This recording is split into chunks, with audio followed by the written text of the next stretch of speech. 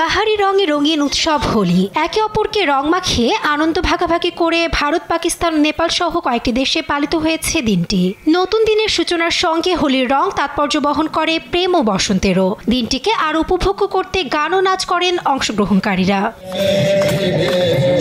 এবার রঙের ছোঁয়া লেগেছে ভারতের সীমান্তরক্ষী বিএসএফেও। সহকর্মীর সঙ্গে হোলি খেলে গান ও ড্রাম বাজিয়ে তারা উদযাপন করেন দিনটিকে। এ সময় মিষ্টিমুখ করেন তারা। সীমা সুরক্ষা বল যাহা পর হাম ডিউটি করতে हैं সীমান্ত রক্ষা আমাদের দায়িত্ব, এটি আমাদের প্রথম পরিবার। এবার আমরা সীমান্ত রক্ষার পাশাপাশি হোলি উদযাপন করতে পেরেছি।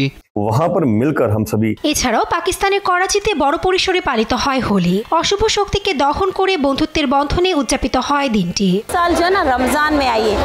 আমাদের হোলি প্রতি বছর আসে, কিন্তু এবার এসেছে রমজানে। মুসলিম বন্ধুদের প্রতি সম্প্রীতি রেখে আমরা দিনটিকে উপভোগ করতে পারছি।